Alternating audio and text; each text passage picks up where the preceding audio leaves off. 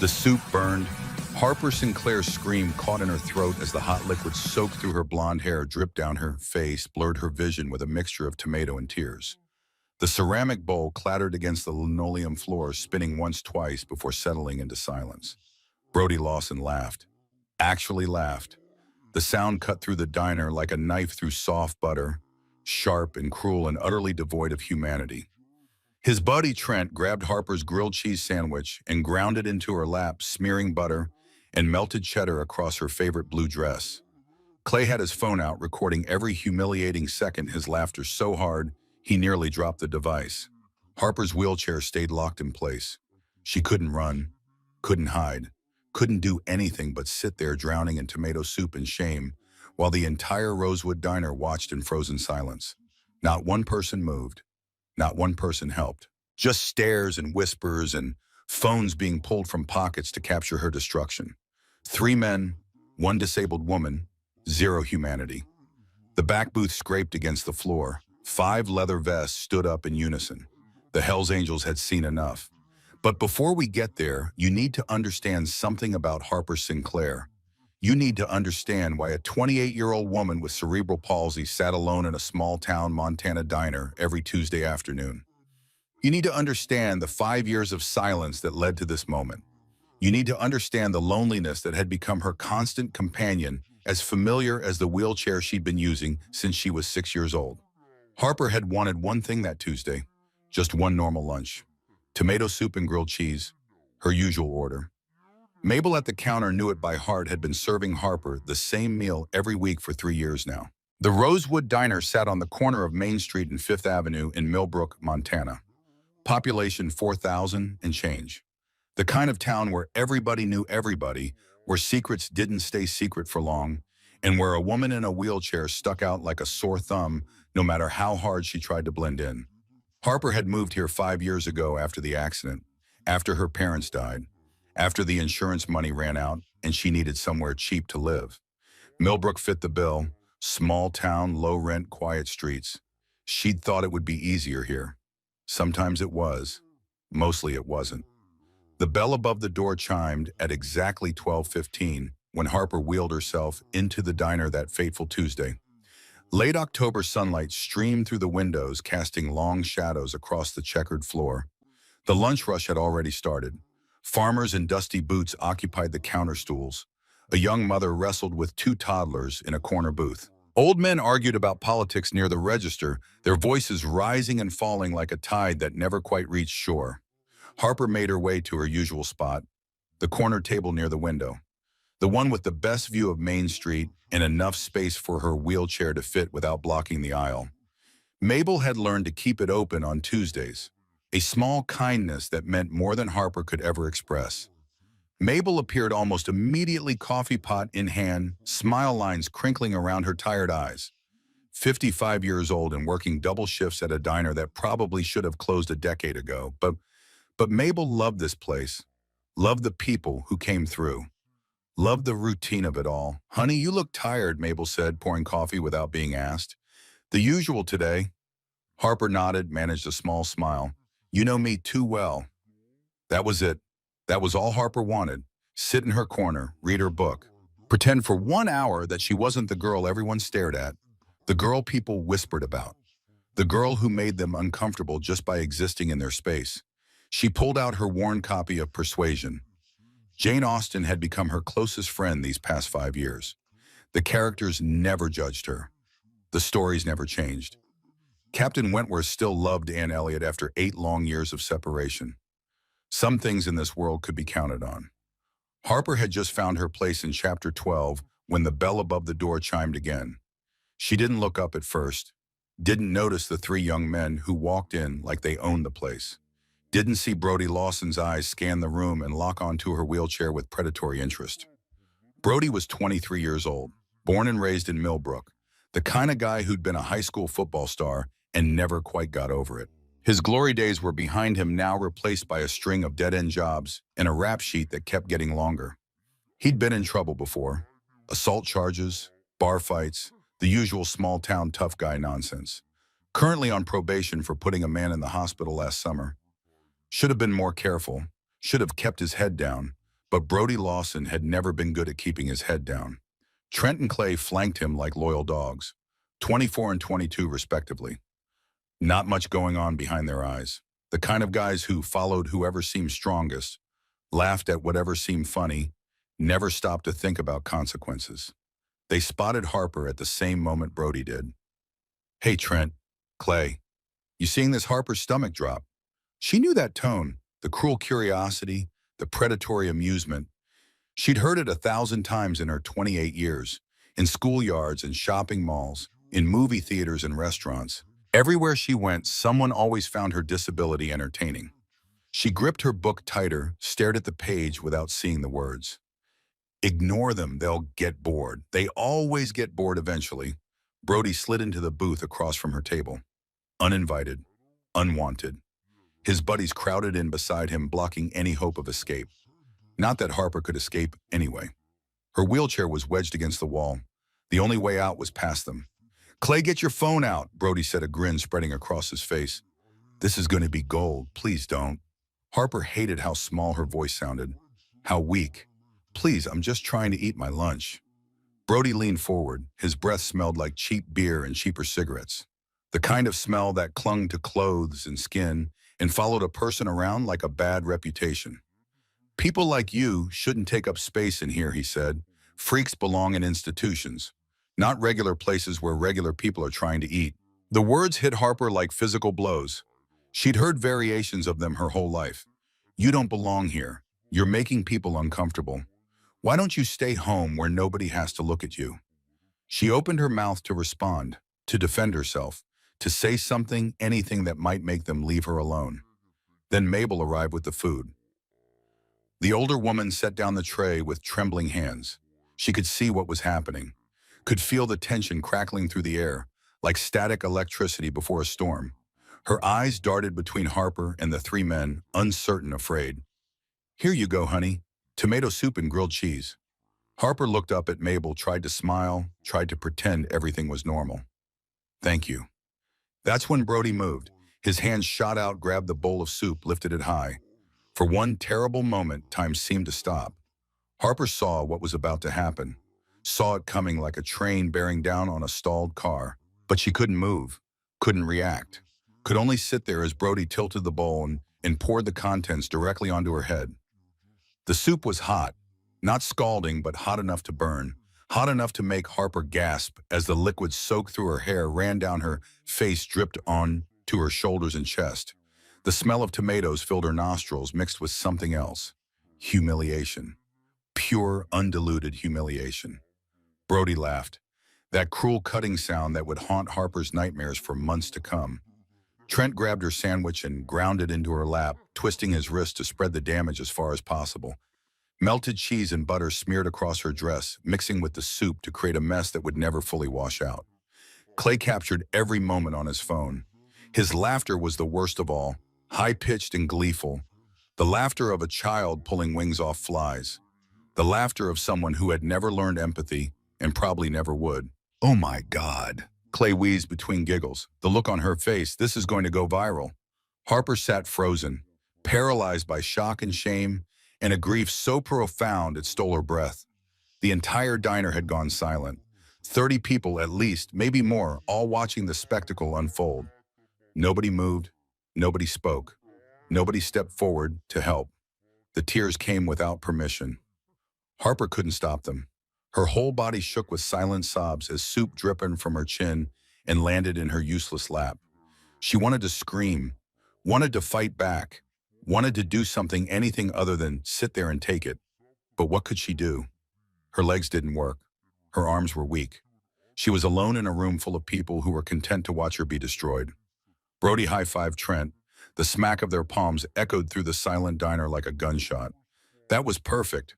Let's bounce before someone calls the cops." They swaggered toward the exit. Three young men without a shred of conscience between them.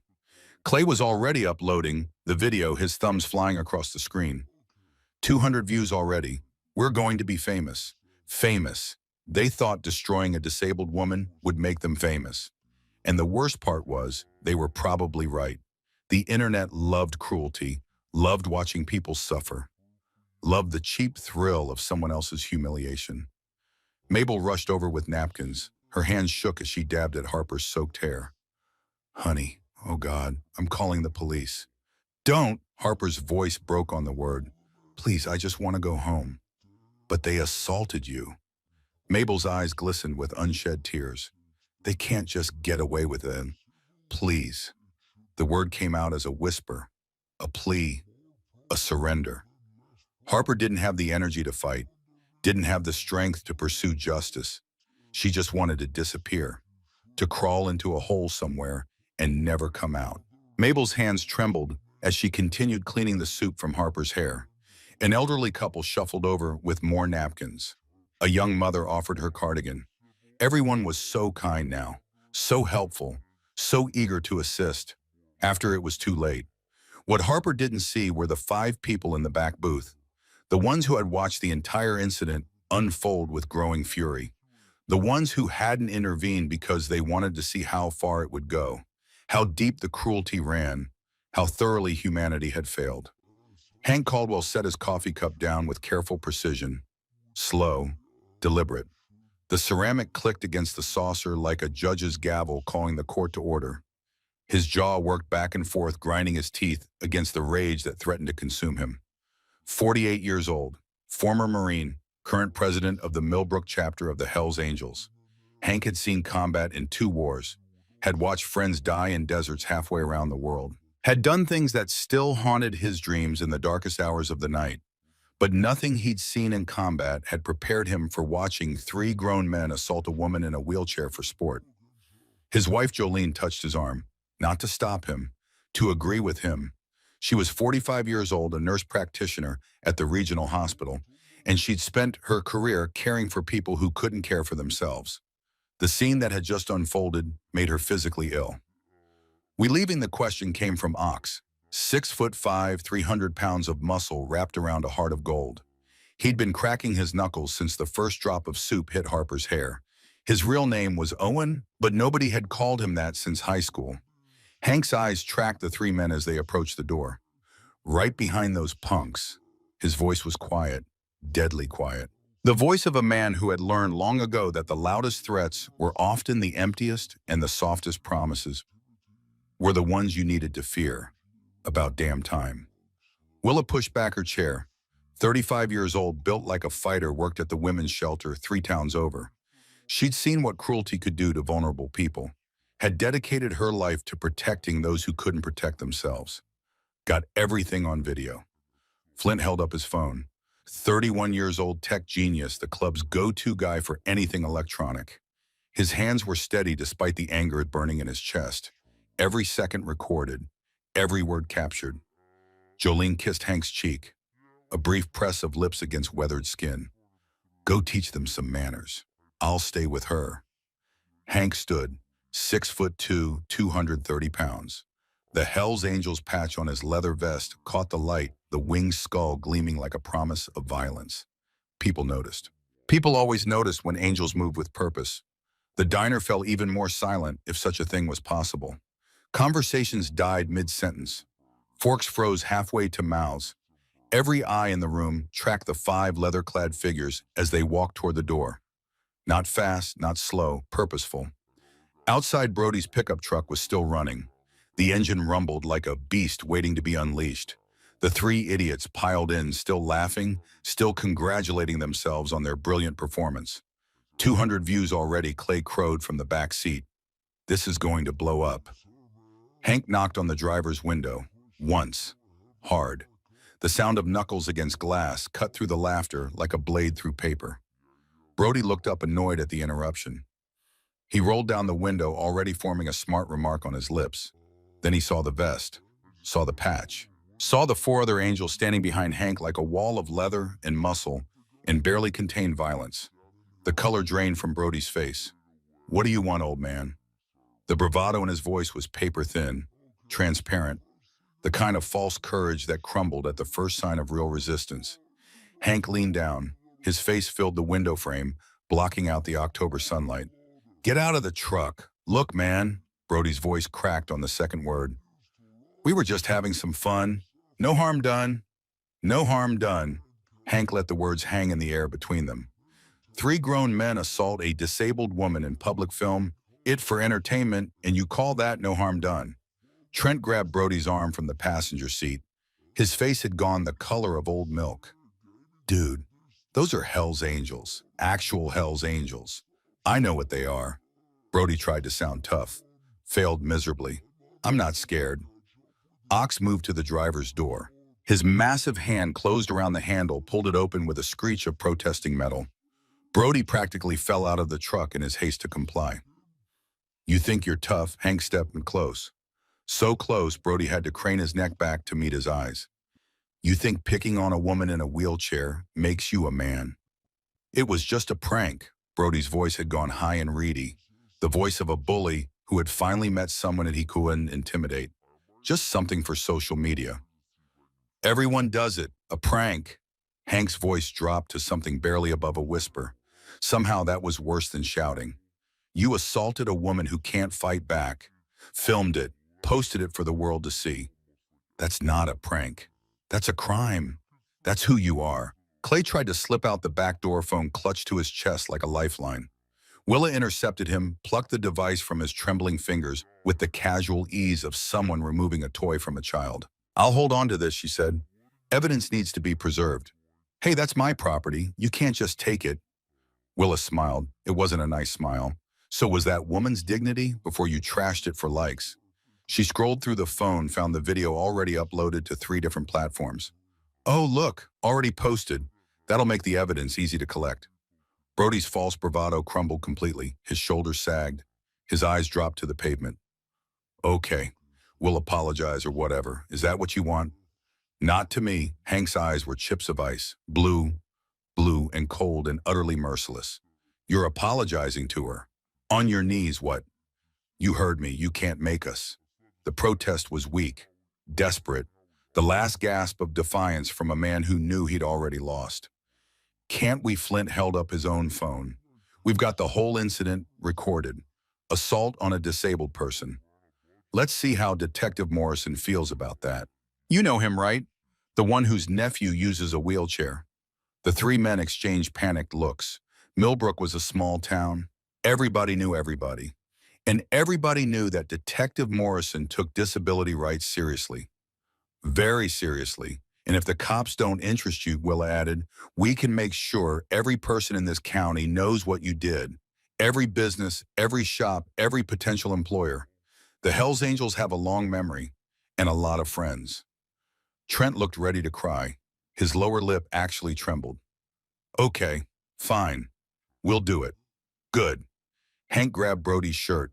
Not violent, not aggressive, just firm. The grip of a man who knew exactly how much force to apply and when to apply it. But first you need to understand something. He pulled Brody close enough to see the fear swimming in the younger man's eyes, close enough to smell the cheap beer on his breath. My daughter has Down syndrome. She's 15 years old. Smartest kid I know. Funny, kind. The best thing that ever happened to me. Hank's voice stayed level, but his eyes blazed with a fire that had nothing to do with anger and everything to do with love. And people like you treat her like garbage every single day. They stare, they laugh, they talk to her like she's stupid. They act like she's not human, like she doesn't deserve to exist. Brody tried to pull away. Couldn't. Hank's grip was iron. So when I see 3 grown men gang up on a disabled woman for fun, when I hear you laughing while she cries, when I watch you film her humiliation like it's entertainment, yeah, it gets personal. He released Brody's shirt. The younger man stumbled backward, nearly fell. Now we're going inside. You're apologizing. You're meaning it. And if I see one smirk, one hint that you're not sincere, Ox here will teach you some proper manners. He paused. And Ox isn't as gentle as I am. Ox grinned. Gold teeth flashed in the afternoon light. His knuckles cracked like small caliber gunfire. Trent looked ready to vomit. Clay had started crying, tears streaming down his face as the reality of his situation finally sank in. Even Brody, for all his earlier swagger, seemed to shrink into himself. Move. Willa's command cut through the afternoon air. She pointed toward the diner door. Now. The angels herded them back inside like cowboys moving cattle. The bell above the door chimed, cheerful, inappropriate, a sound that belonged to a world where people didn't pour soup on disabled women for sport. Harper was still at her table. Jolene had taken over from Mabel, carefully cleaning the worst of the mess from Harper's hair and face. The older nurse's hands were gentle, practiced, the hands of someone who had spent decades caring for people in their worst moments. Harper's eyes were red, swollen. She stared at her trembling hands, unable to look up, unable to face the crowd that had watched her destruction and done nothing. The diner conversation stopped completely when the door opened. Every head turned, every eye locked onto the procession. 3 terrified young men, 5 grim-faced bikers, and an atmosphere so thick with tension you could have cut it with a butter knife. On your knees.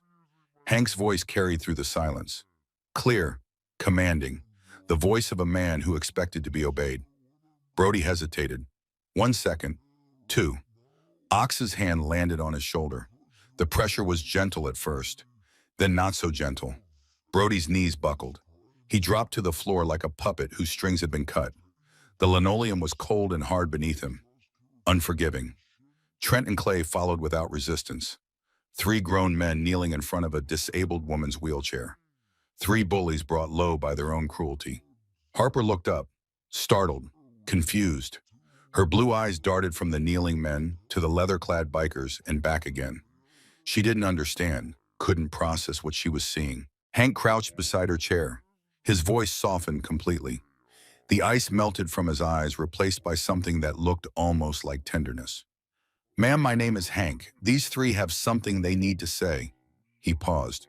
"You don't owe them forgiveness. You don't owe them anything. But they're going to apologize, and then we're going to make sure they face consequences." Harper's voice trembled. "I don't understand. You don't have to. Just listen if you want. Or we can escort them out and call the police right now. Your choice." Harper looked at the kneeling men, really looked at them. Brody's face was pale. Trent's lips were moving in what might have been a silent prayer. Clay's tears had left tracks through the grime on his cheeks. Part of Harper wanted to scream at them, to unleash every ounce of pain and humiliation she'd ever felt, to make them understand what it was like to be her, to be disabled, to be different, to be treated like less than human by people who would never have to face consequences. Part of her wanted them gone, out of her sight, out of her life, out of existence entirely. Part of her wanted them to hurt the way she hurt, to feel the burning shame of being helpless while others watched and did nothing. But mostly she was tired, so very, very tired. "Say what you need to say." Brody swallowed hard. His Adam's apple bobbed like a fishing float in choppy water. "I'm sorry." The words were mumbled, barely audible, directed at the floor rather than at Harper. Louder. Hank's command cut through the room like a whip crack. "Look at her. She's a person, not the floor." Brody lifted his head. For the first time since the incident began, he actually looked at Harper, saw her tear-stained face, her trembling hands, the soup still dripping from her matted hair, the ruined dress that had probably been her favorite. Something in his expression cracked. The bravado fell away completely. What remained was raw, ugly, the face of a man confronting exactly who he had become. "I'm sorry," his voice shook now. "What I did was cruel, disgusting. You didn't deserve that. Nobody deserves that. I have no excuse." Trent cleared his throat. "I'm sorry too. I should have stopped him. Should have been better. I just went along with it because I didn't want to seem weak." "That's not an excuse. It's just the truth." Clay couldn't meet Harper's eyes. His words came out in a rush, tumbling over each other. "I'm sorry. I deleted the video. I swear I deleted it. From everything, all the platforms, it's gone." The clock on the wall ticked through the silence. Loud, intrusive, counting the seconds that stretched between Harper and the men who had humiliated her. When Harper finally spoke, her voice was stronger than she expected. Steadier. Something had shifted inside her. Something fundamental. "Do you know what it's like?" The 3 men looked up, confused, wary. "Every single day I fight to do things you never think about. Getting dressed, making breakfast, going to the bathroom. Things that take you 5 minutes take me an hour. And I do it anyway, because I refuse to give up." Her voice gained strength with every word. Years of silence breaking like a dam that had finally reached its limit. Then I come out here and people stare. They pity me. They talk to me like I'm a child. They act like I'm stupid because my body doesn't work like yours. They treat me like I'm less than human. Tears rolled down her cheeks, but these were different tears. Not tears of shame, tears of release. The disability isn't even the hardest part anymore. It's people like you. People who see someone struggling and think that's entertainment. People who can't see past a wheelchair to the actual human being sitting in it. Brody's face went the color of ash. Trent was openly crying now. Even Clay, who had seemed the most detached, looked like he might be sick. Like he might be. I accept your apology. Harper's voice was clear now. Strong. A voice she barely recognized as her own. Not because you deserve forgiveness, but because I deserve to let this go. I deserve peace. She paused, let the words sink in, but you need to change. Really change. Not because you got caught, not because bikers scared you, because what you did was evil, and you need to be better. The words hung in the air like a verdict, like a judgment rendered by someone who had finally found the courage to speak. Nobody moved, nobody breathed. This was the moment everything changed for Harper Sinclair. Not the assault, not the humiliation, the moment she stopped being a victim and started being a survivor. The moment she found her voice after 5 years of silence.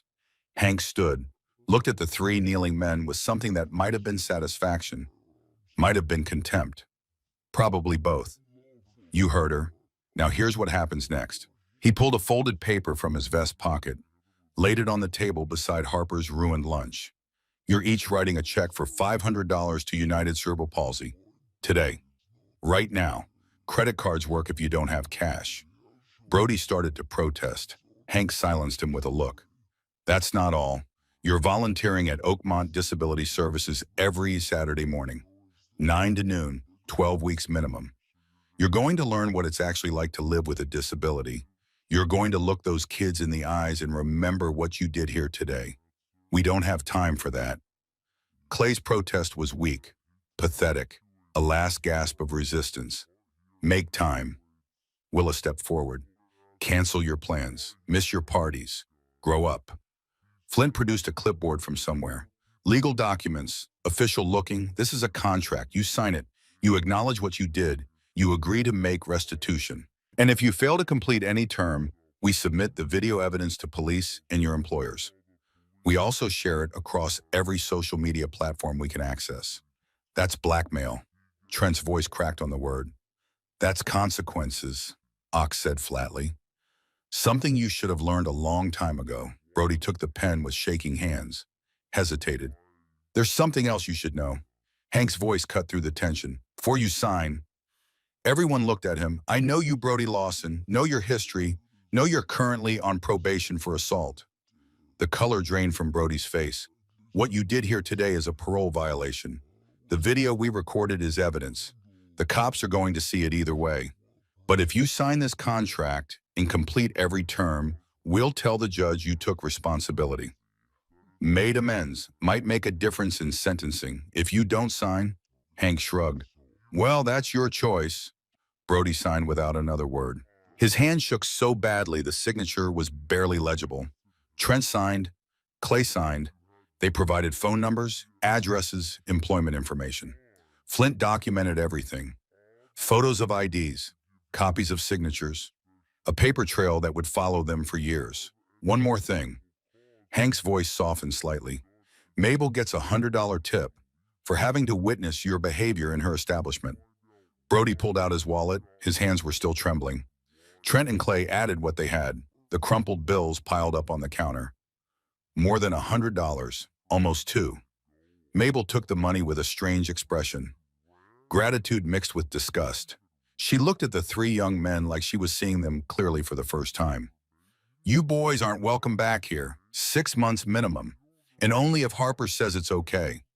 Harper looked up, surprised. Nobody had ever given her that kind of power before. That kind of consideration. Mabel squeezed her shoulder. This is a safe space, honey. Should have been from the start. I'm sorry I didn't step in sooner. It's not your fault. Maybe not, but I should have done better. We all should have. She looked at the three men with undisguised contempt. Now get out and count yourselves lucky these folks showed more mercy than you deserved. Ox and Flint escorted them to the door. Through the window, Harper watched them climb into Brody's truck. They looked small now, defeated. The swagger completely gone. The laughter silenced. The truck pulled away, disappeared around the corner, and just like that, they were gone. But the story wasn't over, not by a long shot. Hank turned back to Harper. The scary intensity vanished from his face, replaced by genuine concern. The transformation was startling. One moment he'd been a force of nature. The next he was just a man, a father, someone who understood pain and wanted to ease it. How are you doing? Really, Harper didn't know. Her lunch was ruined. Her hair smelled like tomatoes. Her favorite dress was destroyed beyond any hope of salvage. But three men had apologized on their knees. They were being held accountable. And five complete strangers had stood up for her when nobody else would. I don't know, she admitted. I'm still processing. Jolene sat down beside him. Her nurse's hands continued their gentle work, cleaning the last traces of soup from Harper's neck and shoulders. That's okay, sweetheart. Take your time. We're not going anywhere. Why? The question burst out before Harper could stop it. Why did you help me? You don't know me. Hank pulled up a chair, sat down heavily. The leather of his vest creaked as he settled. My daughter Rosie has Down syndrome, he said simply. She's 15 years old, smartest kid I know, but people treat her like she's broken. His voice roughened, thick with emotion. I've watched people mock her, ignore her when she tries to talk, pat her head like she's instead of a person. Every time it happens, I want to tear the world apart. He met Harper's eyes directly. So when I see three grown men gang up on a disabled woman for fun, when I hear them laughing while she cries, yeah, it gets personal. Willa leaned against the wall nearby. My cousin uses a wheelchair. Car accident when he was 9. 22 now. I've watched him deal with this kind of thing his whole life. People talking over him, assuming he's mentally disabled because his legs don't work. It never gets easier. Stone spoke for the first time. The quiet member, the one who rarely said more than a few words. My uncle has cerebral palsy, like you. He's 58, retired accountant, married 3 kids. Normal guy who happens to have CP. People still treat him like he's tragic. Harper felt something loosening in her chest, a knot she hadn't even known was there. I thought I was alone. You're not, Jolene said firmly, not even close. Millions of people with disabilities. Millions more who love them. But it's easy to feel isolated when the world acts like you don't belong. Mabel brought fresh food, new soup, new sandwich. On the house, the gesture was small, insufficient. But Harper recognized it for what it was, an attempt to make amends, to restore what had been broken. I moved here 5 years ago, Harper heard herself saying. After my parents died, I thought a small town would be easier. Has it been, Hank asked? Sometimes. But I'm always the girl in the wheelchair. Never just Harper. She paused, looked at these strangers who had become her defenders. And I'm so lonely. The admission came out barely above a whisper. I work from home. Web design and data analysis. No friends here, no family anywhere. I come to this diner every Tuesday just to feel a part of the world, just to hear other people talking and laughing, just to feel less alone. Jolene's eyes softened with compassion. What do you like to do? Besides work, I write, Harper said. Or I try to. I've always wanted to write a book, but I don't know if I'm good enough. What kind of book? A memoir? Maybe. About living with cerebral palsy. The real stuff. Not the inspirational garbage people expect. You know what I mean. Disabled person does normal thing. So inspiring. She couldn't keep the bitterness from her voice, but the actual reality, the frustration, the isolation, the way people either pity you or treat you like you're invisible. That sounds powerful, Hank said. You should write it. Maybe. Someday. Not someday. Jolene was firm. Now. You have something important to say. The world needs to hear it. Harper didn't know how to respond to that. Didn't know how to process kindness from strangers after years of cruelty from the same. Do you like motorcycles, Hank asked suddenly. Harper blinked at the non sequitur. I've never been on one. Would you want to try? I don't know. Could I? With my legs, my balance, we'd figure it out. We've got members with all kinds of disabilities. One guy's a paraplegic, rides a modified trike. If you wanted to try, we'd make it work. Harper stared. Why would you do that? Because you deserve to have fun, Jolene said gently. Because you deserve friends. Because nobody should be as lonely as you just described. We have community dinners every Thursday, Willa added. 6 o'clock at the clubhouse. Nothing fancy, just food and people hanging out. Rosie's usually there. She'd love to meet you. Harper felt tears threatening again. Different tears this time. Tears of relief washing over her like rain after a long drought. You really mean that? We really mean it. Hank pulled a card from his vest, wrote something on the back. Clubhouse address, my cell number. You call if you need anything. Groceries, a ride somewhere, or if anyone gives you trouble. Anyone at all, Willa emphasized. You call us. We handle it. Harper took the card with trembling fingers. The paper was thick, expensive, the Hells Angels logo embossed on one side, Hank's blocky handwriting on the other. I don't know what to say. Don't say anything yet, Jolene suggested. Finish your lunch. Go home. Process everything that happened. Then decide. No pressure. But the invitation stands. They stayed while Harper ate. Hank told stories about Rosie, about how she'd taught herself piano by watching YouTube videos, about her book review channel that was slowly gaining followers, about her fierce determination to be seen as capable despite what the world expected. Willa talked about her work at the women's shelter, about the people she helped and the lives she'd seen transformed. Stone mentioned his mechanic shop.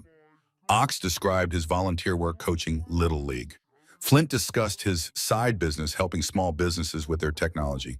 They were just people, tattooed leather-wearing, motorcycle-riding people, but people nonetheless. They talked to Harper like she was one of them, like her disability was the least interesting thing about her. By the time Harper finished eating, some weight had lifted from her shoulders. The humiliation still stung. The memory would haunt her for months.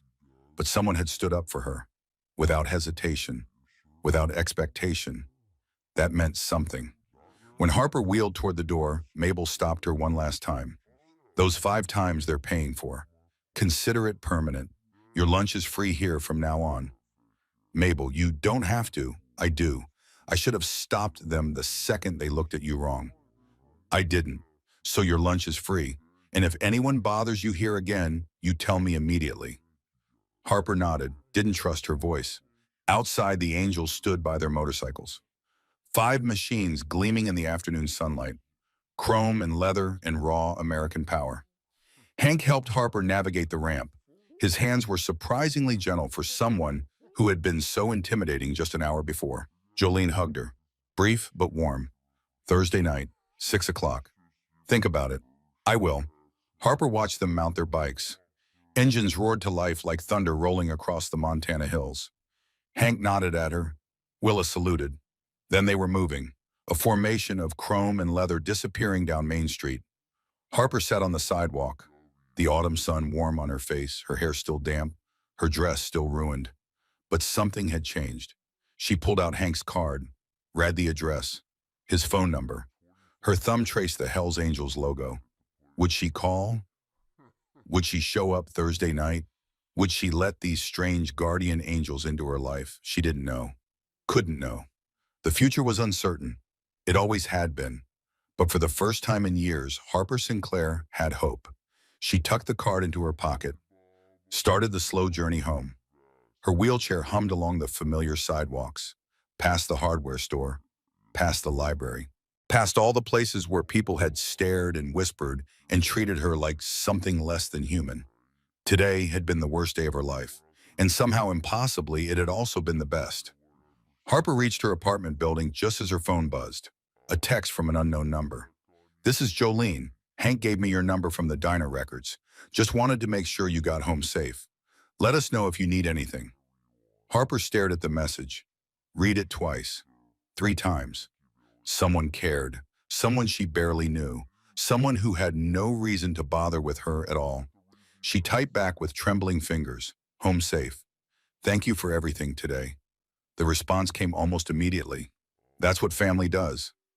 Family. Harper hadn't had family in 5 years, had forgotten what the word even meant. Maybe it was time to remember.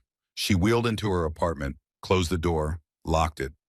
The familiar silence wrapped around her like a blanket. But tonight it felt different, less oppressive, less final. Harper pulled out her laptop, opened a blank document, stared at the cursor blinking against the white void. She had something to say. Someone had told her the world needed to hear it. Maybe they were right. Her fingers found the keys. The words started to flow. Chapter 1. The day everything changed. The soup burned, but what came after changed my life forever. The text message arrived at exactly 10:17 that night. Harper was sitting in her apartment, still wearing her ruined dress because she hadn't found the energy to change. The laptop glowed on her kitchen table. 3 paragraphs of her memoir stared back at her. 3 paragraphs that had taken 4 hours to write. 3 paragraphs that felt like pulling teeth from her own skull. Her phone buzzed. Unknown number. She should have ignored it, should have let it go to voicemail. Should have done anything except tap that green button and read the words that would haunt her for weeks. "Nice friends you got. Hell's Angels, huh? My little brother Brody says hi from county lockup. He's real sorry about the soup. But you know what? I'm not sorry. Not even a little bit. Those bikers can't protect you forever. Eventually you'll be alone. And when you are, I'm coming for you." Harper's hands went numb. The phone slipped from her fingers, clattered against the table. The screen stayed lit. The words stayed visible. Mocking her. Threatening her. Damon Lawson, Brody's older brother, 29 years old. The one the town whispered about. The one even Brody seemed scared of. Harper had heard stories. Everyone in Millbrook had heard stories. Damon had done time. 3 years in state prison for aggravated assault. Beat a man so badly the victim spent 6 months learning to walk again. Got out 18 months ago. Hadn't changed a bit. And now he was coming for her. Harper's breath came short, fast. The walls of her tiny apartment seemed to close in. The locks on her door seemed flimsy, pathetic, like they could stave a determined man for about 30 seconds. She grabbed her phone, scrolled through contacts with trembling fingers, found Hank's number, the one he'd written on the back of that card just hours ago. The phone rang once, twice. Harper, Hank's voice was alert despite the late hour. "What's wrong?" She couldn't speak, could barely breathe, just held the phone to her ear while her whole body shook. "Harper, talk to me. What happened?" She read him the message. Her voice broke 3 times. By the end, she was crying. Again. Always crying, always weak, always the victim. "Stay put." Hank's voice was ice cold. "Lock your doors. Don't answer for anyone except me or one of my people. Willa's on her way. She'll be there in 10 minutes. What if he comes before then? He won't. Damon's a coward. Cowards make threats. They don't act on them. Not when there might be witnesses. Not when the target is alert. How do you know? Because I've dealt with men like him my whole life." Hank paused. "Trust me, Harper. You're going to be okay." The line went dead. Harper sat in the darkness, listening to every sound, every creak of the old building, every car passing on the street below, every footstep in the hallway that might be a neighbor, or might be someone coming to finish what Brody started. 9 minutes and 43 seconds later, she heard the rumble of a motorcycle. Looked out her window, saw Willa's bike pull up under the streetlight across from her building. Willa didn't come to the door, didn't announce herself, just parked her motorcycle where Harper could see her, pulled out her phone, started scrolling. Casual as anything, like sitting outside a stranger's apartment at 10:30 at night was perfectly normal. Harper's phone buzzed. "Willa, I'm here. Get some sleep. Nobody's getting past me tonight." Harper stared at the message, at the woman in leather sitting vigil outside her window, at the motorcycle gleaming under the streetlight like a steel guardian. She didn't sleep much that night, but knowing Willa was out there made the darkness less suffocating, made the threats feel less immediate, made her feel less alone. The next morning brought change. Hank arrived at 8. Jolene came with him. They sat in Harper's tiny kitchen and laid out the situation with brutal honesty. "Damon's dangerous," Hank said. "More dangerous than Brody. He's got a record. He's got connections, and he's got a grudge. What do I do? You come stay at the clubhouse, just for a few days, until we figure out what Damon's planning. Harper looked around her apartment, the apartment she'd lived in for 5 years. The apartment that had become both prison and sanctuary. The apartment where she'd hidden from a world that didn't want her. I can't just leave. Why not? Jolene asked gently. What's keeping you here? Harper opened her mouth, closed it, realized she didn't have an answer. This is my home. Home is where family is, Hank said. And right now your family is at the clubhouse. Come stay with us. We've got a guest room, accessible bathroom, everything you need. Harper's throat tightened. She'd known these people for less than 24 hours, but they were offering her more than anyone had offered in 5 years. Okay, the word came out small, uncertain. Okay, I'll come. They helped her pack. Not much. A few days' worth of clothes, her medication, her laptop, her worn copy of Persuasion, the essentials of a life that fit into 2 bags. The clubhouse sat on the edge of town. Part warehouse, part garage, part home. A sprawling compound surrounded by chain-link fence topped with barbed wire. Not exactly welcoming, but then it wasn't meant to be. Motorcycles lined the front, dozens of them, chrome gleaming in the morning sun. American steel and American power and American freedom. Hank helped Harper up the ramp.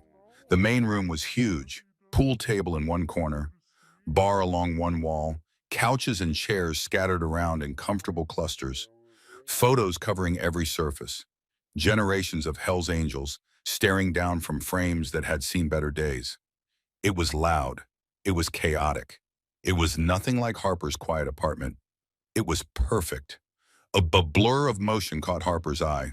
A teenage girl running toward her at full speed, dark hair flying, bright eyes shining. You're Harper. The girl skidded to a stop inches from the wheelchair. Dad told me about you. I'm Rosie. Do you like books? What's your favorite? Mine's Pride and Prejudice. But I also really love Jane Eyre and anything by the Brontes, really. And have you read Persuasion? Because Captain Wentworth's letter is literally the most romantic thing ever written, and I could talk about it for hours. Harper blinked, tried to process the avalanche of words, found herself smiling despite everything. Rosie, breathe. Jolene laughed, walking over. Give the poor woman a chance to settle in. Rosie was 15. Down syndrome was obvious in her features, but so was her intelligence, her personality, her absolute refusal to be defined by anyone's expectations. Sorry, Rosie said, not looking sorry at all. I just get excited about books. Nobody at school reads like I do. They think I can't understand real literature because of how I look. I love books too, Harper said. Persuasion is one of my favorites. Rosie's face lit up like the sun breaking through clouds. Really? Oh my gosh, we have so much to talk about. Have you read Northanger Abbey? It's underrated, but it's so funny. And what about Villette? Charlotte Bronte doesn't get enough credit for that one. Rosie. Hank appeared from a back room. Harper just got here. Let her catch her breath. Okay, Dad. Rosie bounced on her heels. But later we're talking about Captain Wentworth's letter. It's the most romantic thing ever written, and I will defend that opinion to my death. She skipped off to bother Willa, who was working on a motorcycle in the garage area. Hank watched her go with a mixture of pride and amusement. Sorry about that. She gets excited. Don't apologize, Harper said. She's wonderful. She is. Hank's voice softened. She's also the reason I do what I do. The reason we all do what we do. He showed Harper to the guest room. Small but clean. Accessible bathroom attached. A window overlooking the compound's back lot. It's not fancy, Hank said. But it's safe. Nobody gets in here without us knowing. It's perfect. Harper meant it. The days that followed blurred together in a haze of new experiences. Rosie became her constant companion. The 15-year-old had an opinion about everything and no filter to prevent those opinions from spilling out at every opportunity. She showed Harper her YouTube channel, 300 subscribers and growing. Book reviews delivered with the enthusiasm of a preacher and the insight of a scholar. You should be in one of my videos, Rosie said on the third day. We could do a joint review of Persuasion. My subscribers would love it. I don't know, Harper said. I've never been on camera. Neither had I before I started. Rosie shrugged. Then I decided I had something to say, and nobody was going to stop me from saying it. You have something to say, too. I can tell. Harper thought about her memoir, the 3 paragraphs that had grown to 3 pages, the words that were finally starting to flow. Maybe, she said. Let me think about it. Jolene took Harper shopping on the 4th day. First stop was a salon, a place called Rita's that Jolene had been going to for 20 years. Rita didn't stare at the wheelchair, didn't talk to Jolene instead of Harper, treated her like any other customer.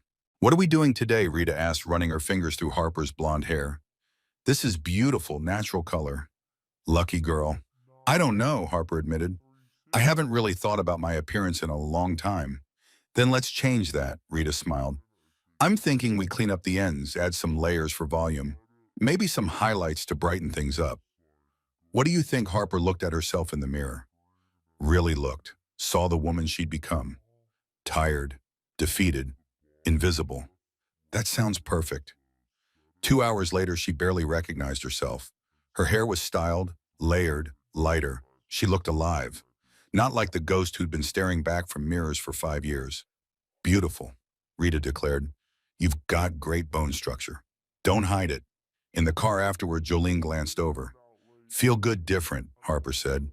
Good different. They stopped for lunch at a cafe, not the Rosewood Diner, somewhere new. Jolene insisted Harper try the lobster roll. I've never had lobster, Harper admitted. What?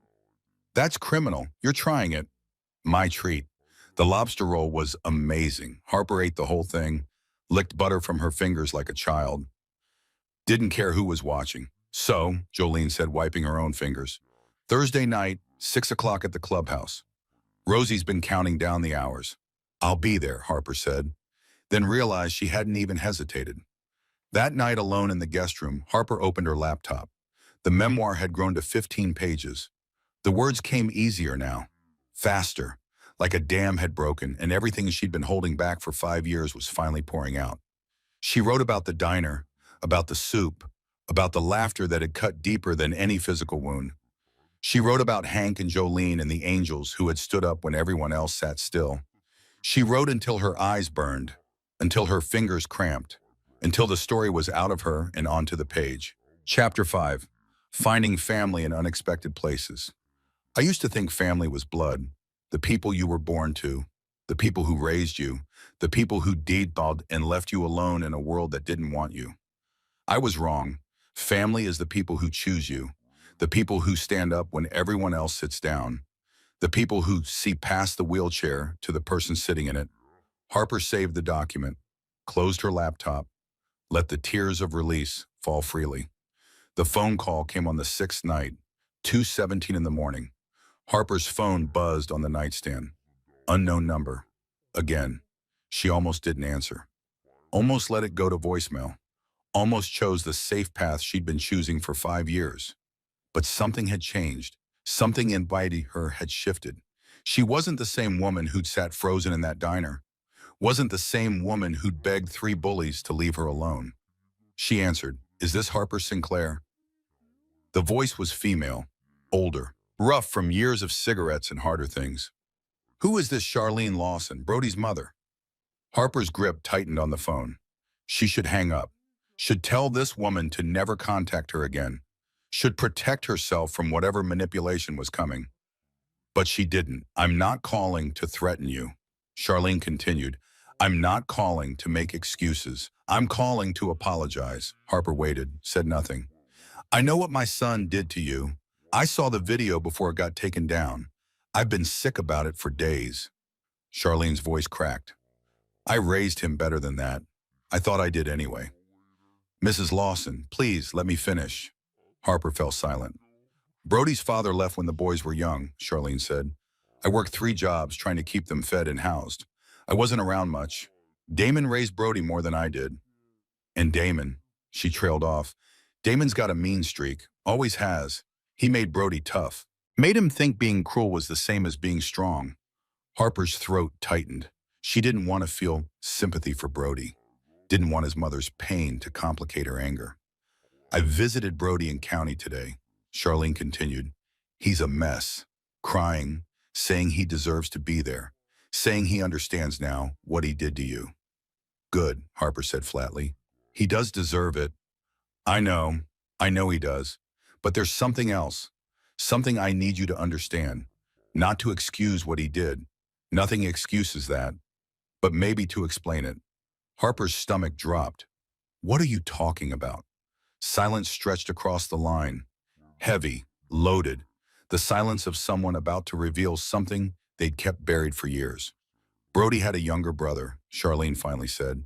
His name was Nicky. He had autism. Beautiful boy, smart as a whip, but he struggled with social things. Kids were brutal to him. Harper closed her eyes. She knew where this was going. Knew it the way you know a storm is coming before the first drops fall. Brody was supposed to watch him at the park one day. He was 15. Nicky was 12. Some older kids started picking on Nicky, calling him names, throwing things at him. Charlene's voice broke completely. Brody joined in, Harper's breath caught coil. He was embarrassed. Wanted the older kids to think he was cool. So he laughed at his own brother, called him names, told him he was a freak who nobody wanted. Oh, God. Nicky ran home crying. Brody came back hours later like nothing happened. I didn't know, not until 3 days later when Nicky tried to hurt himself.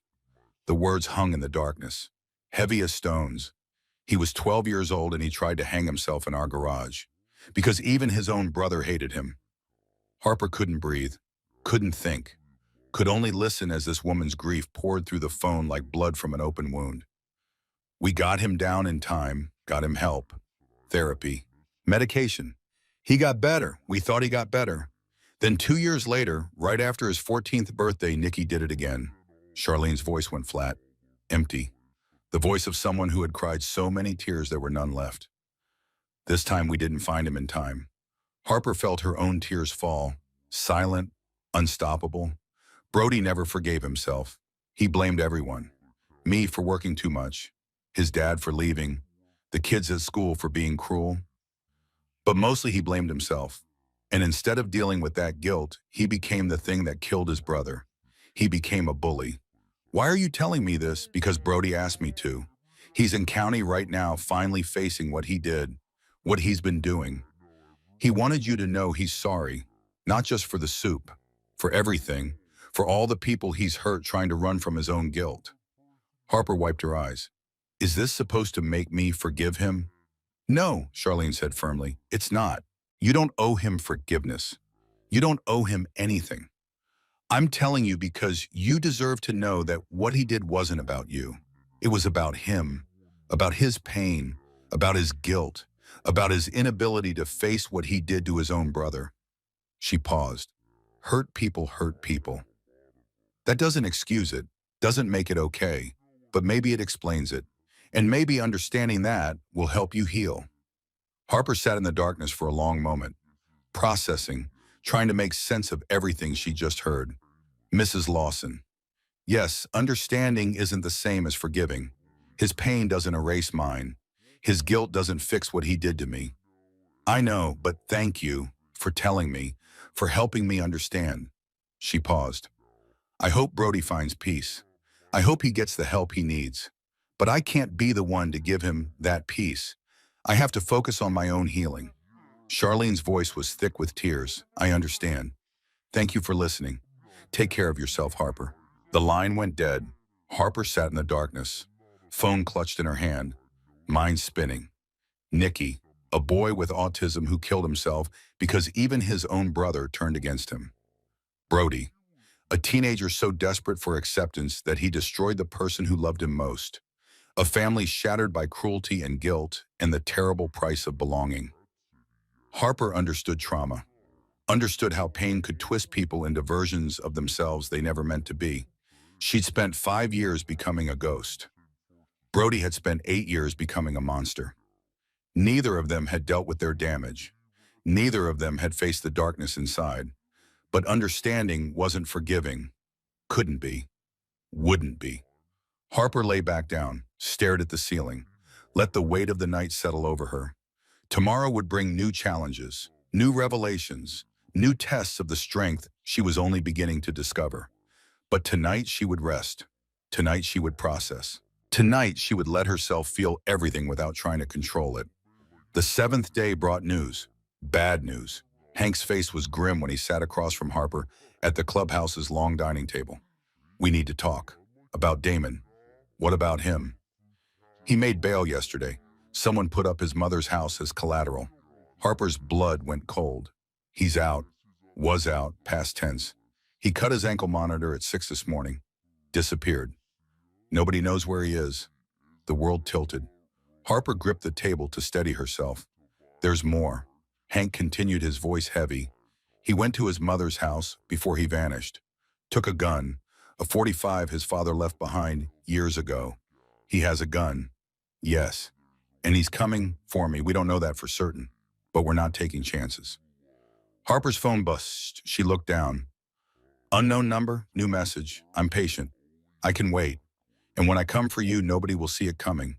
Not the bikers, not the cops, not anyone. You're going to pay for what happened to my brother. Both of them. Harper showed Hank the message. His face went hard as granite. Flint! He called across the room. Trace this. Now, Flint appeared with his laptop. Took Harper's phone, started working. The hours that followed were a blur of activity. Phone calls to police, meetings with club members, security protocols being implemented. Harper sat in the middle of it all, feeling like the eye of a hurricane she had somehow created. Flint traced the message to a burner phone, purchased with Guam 2 towns over. No way to track further. Detective Morrison stopped by. The same cop Hank had mentioned at the diner, the one whose nephew used a wheelchair. He took Harper's statement with professional efficiency and personal concern. We've got alerts out on Damon, he said. Every patrol car in the county has his photo. He can't stay hidden forever, but he could stay hidden long enough. They all knew it. Nobody said it. On the 9th day, more news came. Worse news.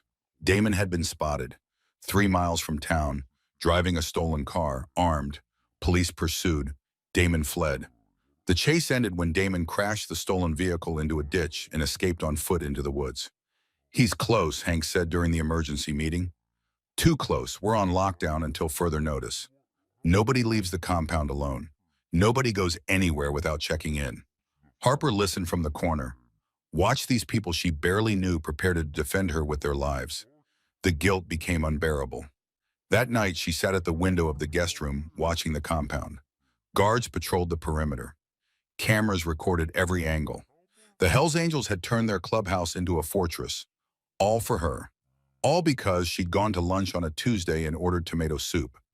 Rosie found her there at midnight, knocked softly, came in without waiting for an answer. Can't sleep either, the 15-year-old asked. No, me neither. I keep thinking about that man, about what he might do. You shouldn't have to think about that, Harper said. You're 15. You should be worrying about school and books and normal teenage things. Rosie sat on the edge of the bed. Normal is overrated. Normal people watched you get hurt and did nothing. Normal people made fun of me my whole life because I looked different. Normal is just another word for coward. Harper stared at this remarkable girl. Where did you get so wise, books? Rosie smiled. And my parents. They taught me that being different isn't weakness. It's power. It's seeing the world from an angle that normal people can't access. Your parents are amazing, I know. Rosie leaned against Harper's shoulder. So are you. You survived something terrible and you're still here. Still fighting. That's not normal. That's extraordinary. Harper put her arm around Rosie. 2 girls, 2 disabilities. 2 people the world had tried to diminish and dismiss. Together they watched the guards patrol. Together they waited for dawn. The 10th day brought the confrontation Harper had been dreading. She'd been thinking about leaving, about slipping away in the night to draw Damon's attention away from the people who had become her family. The guilt of putting them in danger gnawed at her constantly. But Jolene found her packing at 4 in the morning. Going somewhere, Harper froze, turned slowly. Jolene stood in the doorway, arms crossed, eyes sharp. I have to leave, Harper said. I'm putting everyone in danger. So you're going to wheel out into the night alone with an armed man hunting you. That's your plan. It's better than getting someone killed. Better for who Jolene walked closer. Not for Rosie. She'd be devastated. Not for Hank. He'd blame himself forever. Not for me. I've already lost people I love to violence. I'm not losing another one. You barely know me. I know enough. Jolene's voice softened. I know you're scared. I know you feel guilty. I know you think running will solve something. But it won't. Running never solves anything. It just delays the inevitable. What am I supposed to do? Harper's voice broke. Just sit here and wait for him to come. Wait for someone to get hurt, protecting me, yes. Jolene took her hands. That's exactly what you do. You let people help you. You let family protect you. You trust that we know what we're doing and we're doing it because we choose to. The back door opened. Hank stood there, face grim, eyes knowing. Was wondering when you'd try this. He said, you figured it was coming. That guilt you're carrying. The way you've been looking at everyone like you're memorizing our faces. Classic signs of someone planning to run. I'm sorry. Don't be sorry. Hank walked forward. Be present. Be here. Let us do what we do. He put his hand on Harper's shoulder. You've been running your whole life, haven't you? Running from pain, running from fear, running from a world that made you feel like you didn't belong. Harper nodded. Couldn't speak. Running ends tonight. You're part of this family now. Family doesn't run from each other. Family stands together, even when it's hard. Especially when it's hard. What if someone gets hurt? Then we deal with it. Together. That's what family does. Harper looked at these two people. This man who reminded her of the father she'd lost. This woman who reminded her of the mother she missed. Okay, she whispered. Okay, I'll stay. Good. Hank squeezed her shoulder. Now get some rest. Tomorrow's going to be a long day. He was right about that. The call came at 6:17 the next morning. Flint burst into the main room where everyone had gathered for breakfast. Face pale, eyes wide. They found him. Police located Damon at a motel on Highway 42. SWAT's moving in now. The clubhouse erupted. People grabbing phones, turning on scanners, pulling up live feeds. Flint had hacked into the police frequency. They gathered around his laptop, listening in real time as the situation unfolded. Suspect is barricaded in room 17, claiming to have a hostage, demanding to speak with Harper Sinclair. Harper's blood turned to ice. He's lying, Hank said immediately. It's a stall tactic, trying to buy time. They listened to SWAT negotiate. Damon's voice came through distorted, but clear enough. I want to talk to Harper. Bring her here and I'll surrender. That's the only way this ends without blood. Absolutely not, Jolene said. That's exactly what he wants. Harper's mind raced. What if she could end this? What if talking to him was the answer? What if her voice was the only thing that could prevent bloodshed?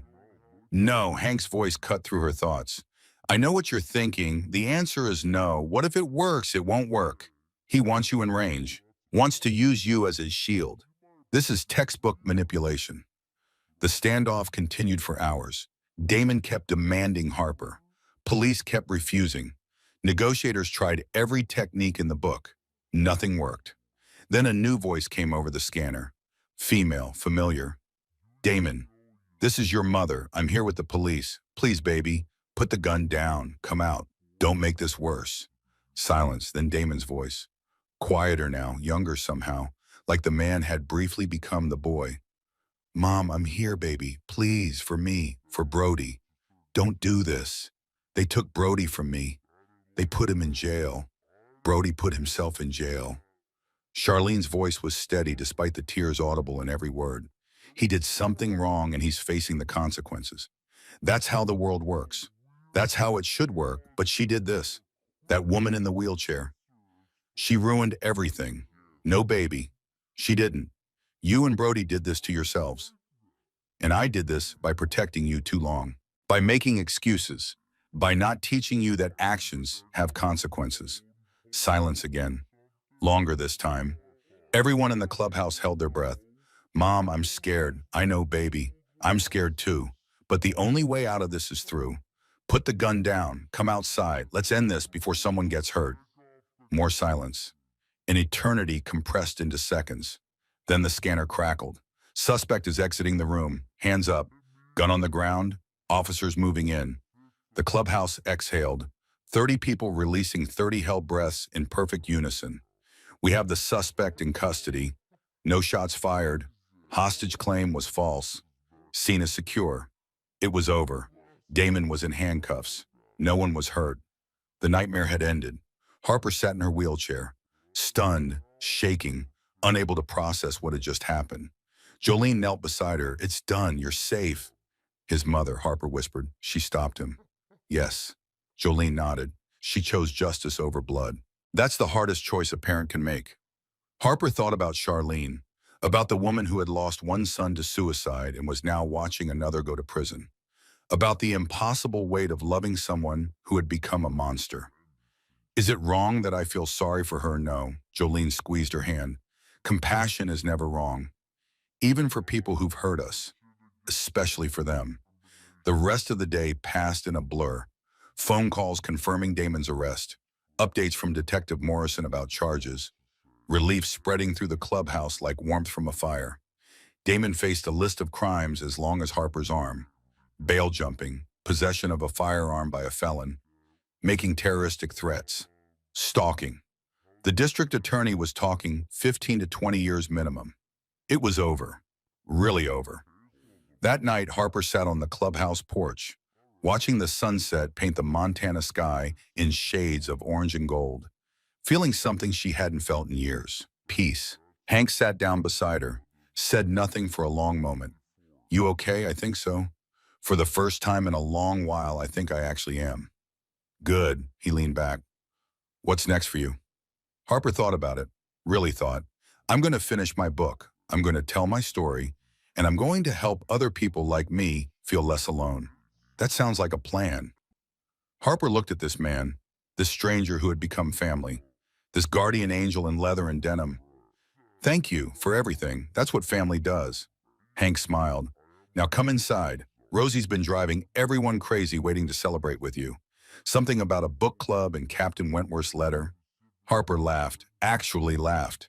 The sound surprised her, light and free and full of something she'd almost forgotten existed: hope.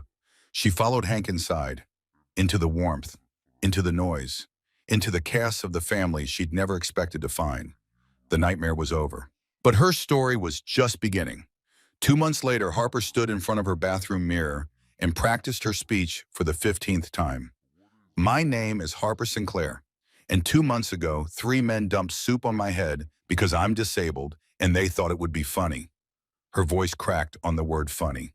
She stopped, took a breath, started over. "My name is Harper Sinclair, and 2 months ago, 3 men dumped soup on my head because I'm disabled, and they thought it would be funny." Better, more confident, less like a woman about to shatter into 1,000 pieces.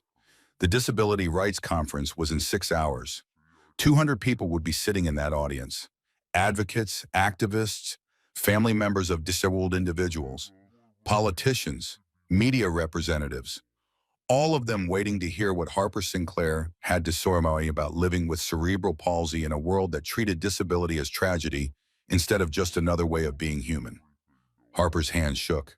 Not from the cerebral palsy this time, from pure, undiluted terror. Her phone rang. Jolene's name flashed across the screen. "Morning, honey. How are you feeling?" "Terrified," Harper admitted. "I don't know if I can do this." "Good. That means you care. We're picking you up in 30 minutes. Wear the blue blouse. It looks great on you." "Jolene, you're going to be amazing. See you soon." The line went dead before Harper could argue. She stared at her closet, pulled out the blue blouse, the one Jolene had helped her pick out during that shopping trip weeks ago, the one that made her feel almost beautiful, almost normal, almost like the woman she might have been if the world had been kinder. She was still buttoning it when another call came. Unknown number. Harper's stomach dropped for half a second before she remembered. Damon was in prison, Brody was in county, there was no threat anymore. The monsters were caged, she answered. "Hello, Harper Sinclair?" A professional voice. Male. Unfamiliar. "Yes." "Who is this?" "This is David Crawford from Northgate Publishing. We spoke briefly last week about your memoir proposal." Harper's heart stuttered. She'd sent queries to a dozen publishers after finishing her manuscript. Hadn't expected responses for months. Certainly hadn't expected a phone call. "Yes, I remember. I've finished reading your sample chapters." Crawford's voice warmed. "Harper, this is extraordinary work. Raw and honest and powerful. We'd like to discuss offering you a book deal." Harper sat down hard on the edge of her bed. A book deal. An actual book deal. I'm actually speaking at a conference today, she managed. Can we talk tomorrow? Of course, but I wanted you to know before you go on that stage. Your voice matters. Your story matters. And we want to help you share it with the world. After she hung up, Harper sat stunned. The memoir she'd started writing the night of the attack. The story that had poured out of her across months of healing. Someone wanted to publish it. Someone thought it mattered. She looked at herself in the mirror. Really looked. The woman staring back wasn't the ghost who'd haunted her reflection for 5 years. This woman had color in her cheeks, fire in her eyes, a story worth telling, and the courage to tell it. Harper finished buttoning her blouse, checked her hair one last time, grabbed her chin. It was time. The drive to the convention center took 40 minutes. Hank drove the truck. Jolene sat beside him. Rosie bounced in the back seat next to Harper, talking nonstop about how exciting this was going to be. I told all my YouTube subscribers about you, Rosie said. 1,200 of them now. They're going to watch the live stream. I promised them you'd be amazing. No pressure, Harper said weakly. Rosie grinned. Pressure is how decisions are made. The convention center was massive. Harper's wheelchair felt very small as they approached the entrance, very insignificant against the towering glass and steel. Inside was chaos. Organized chaos, but chaos nonetheless. Booths and displays lined the main hall. People in suits and people in t-shirts mingled together. Wheelchairs and walkers and service dogs navigated through the crowd. Signs proclaimed messages of inclusion and accessibility and rights. Harper's people, her tribe, the community she'd been hiding from for 5 years. A coordinator found them almost immediately. Miss Sinclair, we've been expecting you. You're in the speaker waiting room, this way. The waiting room was quieter. A dozen other speakers sat around looking equally nervous. Harper recognized some of them from research she'd done. A Paralympic athlete, a deaf actress, a blind entrepreneur. All of them had stories. All of them were here to share their truths. Harper felt less alone. The coordinator ran through logistics, speaking order, time limits, microphone placement. Harper absorbed maybe half of it. Her mind kept drifting to the 200 people waiting in the auditorium. 200 faces that would be watching her, judging her, deciding whether her story was worth hearing. 5 minutes, the coordinator said finally. You're after Dr. Martinez. Someone will come get you. Harper nodded, couldn't speak. Her throat had closed completely. Rosie appeared beside her wheelchair. The 15-year-old had somehow gotten past security, somehow found her way backstage, somehow sensed that Harper needed her. You look scared, Rosie said. I am scared. Good. That means you're about to do something brave. Harper looked at this remarkable girl, this child with Down syndrome who had been dismissed and underestimated her entire life. This fierce soul who refused to be defined by anyone's expectations. What if I forget what I'm supposed to say? What if I freeze? What if I make a fool of myself in front of everyone? Then you'll recover, Rosie said simply. You'll take a breath and find your words and keep going. That's what brave people do. They mess up and they keep going anyway. How do you know? Because that's what I do every day. Rosie sat down beside Harper's wheelchair. Every time I raise my hand in class and people expect me to say something stupid. Every time I post a video and wait for the mean comments. Every time I exist in a world that thinks I shouldn't. I mess up. I keep going. Harper felt tears of gratitude threatening. Rosie took Harper's hand. Now it's your turn. You go out there and tell those people what it's like. The real stuff, the hard stuff, the stuff that normal people don't want to hear. And you don't apologize for any of it. Harper squeezed Rosie's hand. What would I do without you? Probably read inferior literary criticism. Rosie grinned. Now go be amazing. I'll be in the front row cheering so loud they'll have to ask me to leave. A staff member appeared. Miss Sinclair. You're on. Harper wheeled toward the stage entrance, paused, looked back at Rosie one more time. The 15-year-old gave her a thumbs up, bright eyes shining, absolute faith radiating from every pore. Harper turned forward, rolled onto the stage. The lights were blinding. The audience was enormous. 200 people, maybe more, all staring at her, all waiting to hear what she had to say. Harper approached the microphone. Her hands trembled on the wheels of her chair. Her heart pounded against her ribs. Every instinct screamed at her to run, to hide, to disappear back into the comfortable invisibility she'd cultivated for 5 years. Instead, she spoke. "My name is Harper Sinclair. 2 months ago, 3 men dumped soup on my head in a public diner because I'm disabled, and they thought it would be funny." The audience went still. Every eye locked onto Harper, every ear tuned to her frequency. I sat there covered in tomato soup and humiliation while dozens of people watched. Not one of them helped. Not one of them spoke up. Not one of them treated me like a human being worth defending. Harper paused. Let that sink in. Then 5 members of a motorcycle club decided enough was enough. They confronted my attackers, made them apologize on their knees, made them face consequences. They didn't have to do that. They barely knew me, but they did it anyway because they understood something important. She looked at the crowd, picked out Hank and Jolene in the third row, Rosie beside them practically vibrating with excitement. Disability isn't the problem. The way the world treats disabled people is the problem. Her voice grew stronger, steadier. All those years of silence finally finding release. I have cerebral palsy. I've had it my entire life. It affects how I move, how I navigate spaces, how people perceive me. But it doesn't define me. It doesn't make me tragic. It doesn't make me inspiring just for existing. Harper's jaw set. It just makes me disabled. And that's okay. She saw people nodding, some wiping their eyes, others leaning forward in their seats.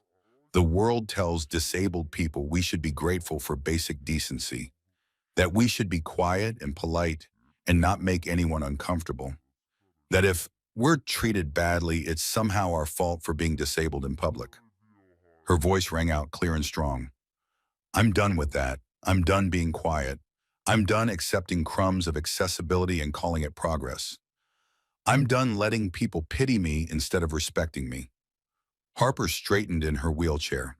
For the first time in her life, she felt powerful. Not despite the chair, because of it. Because of everything she'd survived, everything she'd overcome, everything she'd become. I deserve to eat lunch in a diner without being assaulted. I deserve to exist in public spaces without being stared at or mocked or ignored. I deserve basic human dignity. She paused. We all do. The audience sat in perfect silence. Harper couldn't tell if she'd gone too far, couldn't read the energy in the room, could only feel her own heart pounding and her own truth ringing in her ears. And if you don't understand that, if you think disabled people should just be grateful for whatever scraps of respect we get, then you're part of the problem. More silence. Endless, terrible silence. Then someone started clapping. One person, then another, then 10, then 50. Then the entire room erupted in applause. 200 people rose to their feet, a standing ovation for the woman in the wheelchair who had finally found the courage to speak. Harper felt tears of triumph streaming down her face. Didn't try to stop them. These were the tears she'd earned, the tears of release and recognition and redemption. She finished her speech, answered questions from the audience, told the full story of what happened at the diner and what happened after. Talked about finding a family in unexpected places, about the hellsangels who had become her guardian angels, about a 15-year-old girl with Down syndrome who had taught her that joy was possible even when the world tried to beat it out of you. When she finally wheeled off stage, Jolene was waiting with a hug that nearly knocked her out of her chair. You were incredible. Absolutely incredible. Rosie bounced up beside them. That was amazing. You made like 3 people cry. I counted. Actually, it was more like 30, but I stopped counting after 3 because I was too busy cheering. Hank stood back, arms crossed. But Harper could see the pride in his eyes, the satisfaction of watching someone he cared about triumph. Well done, he said simply, the highest praise he ever gave. The rest of the conference was a blur. People approaching Harper, shaking her hand, sharing their own stories, thanking her for saying what they'd always felt but never had the courage to voice. A woman with a prosthetic leg told Harper about the job interviews where employers looked at her leg instead of her resume. A father of a child with autism talked about the birthday parties his son was never invited to. A grandmother in a wheelchair described being talked over by doctors who addressed her questions to her adult children instead of to her. Story after story, pain after pain, a cascade of shared experience that made Harper feel simultaneously heartbroken and hopeful. These were her people. This was her community, and she had finally found the courage to stand up and be counted among them. A woman in a business suit approached as the conference wound down. Professional, polished, clearly someone important. Miss Sinclair, I'm Margaret Wells from the National Disability Rights Network. Your speech was extraordinary.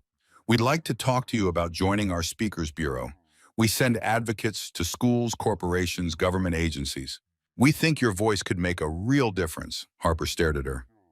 A Speakers Bureau, professional advocacy, using her story to change minds and policies and lives. I'd be honored, Harper said. Let's talk. They exchanged cards, made plans to meet the following week. Another door opening, another possibility appearing. By the time they left the convention center, Harper was exhausted. The good kind of exhaustion. The kind that came from pouring everything you had into something that mattered. The drive home was quiet. Rosie had fallen asleep against Harper's shoulder. Jolene watched the road. Hank drove steady and sure through the Montana twilight. Harper looked out the window, watched the landscape roll past, thought about everything that had happened, everything that had changed. 2 months ago, she'd been invisible, a ghost haunting a small town that didn't want her, a woman who'd given up on connection, on community, on hope. Now she had a family, a voice, a purpose. Now she had a future. The email arrived 3 days later. Harper was sitting in the clubhouse common room working on revisions to her manuscript. The publisher had sent detailed notes. Most of it was positive. Some of it required significant rewrites. All of it felt surreal. Her laptop chimed. New message. Unknown sender. Harper almost deleted it. She'd been getting strange emails since the conference video went viral. 50,000 views in the first week. 100,000 by the second. Most of the responses were supportive. Some were hateful. All of them were overwhelming. But something made her click on this one. The sender's name was Trent Holloway. Harper's breath caught. Trent, the second bully. The one who had ground her sandwich into her lap while Brody poured the soup. The one who had signed the contract and slunk away with his tail between his legs. She opened the email. Dear Harper, I know I shouldn't contact you. I know I'm probably the last person you want to hear from. But I needed to write this. Needed you to know what's happened since that day in the diner. I finished my volunteer hours at the Oakmont Disability Center 3 weeks ago. 144 hours. Every Saturday for 12 weeks. I thought it would be punishment. I thought I would hate every minute of it. I was wrong. Those kids, Harper, they're just kids. Smart and funny and full of life. They have dreams and fears and favorite books and silly jokes that make no sense but crack them up anyway. They're not broken. They're not tragic. They're just people who happen to need some extra help sometimes. And I realized something while I was there. What we did to you wasn't just cruel, it was evil. We looked at another human being and saw nothing but a target. We saw your wheelchair and your disability, and we thought that made you less than us. That made you fair game. We were monsters. I was a monster. I'm not asking for forgiveness. I don't deserve it, and I'm not expecting it. But I wanted you to know that something changed in me during those 144 hours. Something fundamental. I enrolled in community college last month. I'm studying to become a special education teaching assistant. I want to work with disabled kids. I want to be the person who protects them instead of the person who hurts them. I want to spend the rest of my life making up for what I did to you. I saw your conference speech online. It was incredible, powerful. Everything you said was true. We were part of the problem. I was part of the problem. But I'm trying to be part of the solution now. Thank you for not letting us destroy you. Thank you for standing up when you had every reason to hide. Thank you for showing me what real strength looks like. I don't expect a response. I just needed you to know. Trent Holloway. Harper read the email 3 times, 4 times, 5. Trent was becoming a special education assistant. The man who had violated her dignity for entertainment was now dedicating his life to protecting children like the ones he'd mocked. She didn't know how to feel. Anger still simmered beneath the surface. The humiliation still burned when she thought about it too long. But something else was there too. Something that felt almost like hope. People could change. Sometimes, if they worked at it, if someone gave them the chance. Harper saved the email, didn't respond, wasn't ready to yet. Maybe never would be, but she didn't delete it either. That evening, Hank called a family meeting. The clubhouse common room filled with people, 40 members and their families. All of them gathered to hear whatever announcement was coming. Harper sat in her usual spot near the window. Rosie beside her, Jolene on her other side. 3 months ago, she hadn't known any of these people existed. Now she couldn't imagine her life without them. Hank stood at the front of the room, cleared his throat. Most of you know what happened 2 months ago. What Harper went through. What we all went through together. Nods around the room. People who had watched over her, guarded her, welcomed her into their midst. The threat's been neutralized. Damon's looking at 20 years minimum. Brody's still in county, but he's getting help, getting therapy. The judge took our recommendation into account. Hank paused, looked directly at Harper, which brings me to the reason for this meeting.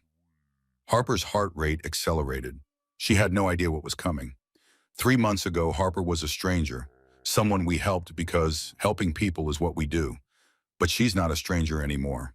He walked toward her, each step deliberate, measured.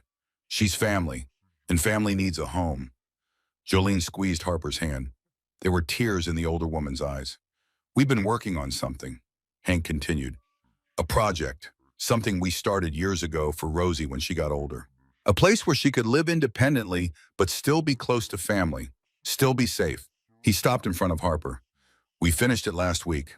Small apartment, private entrance, accessible bathroom, kitchen modified for wheelchair use. Everything you need.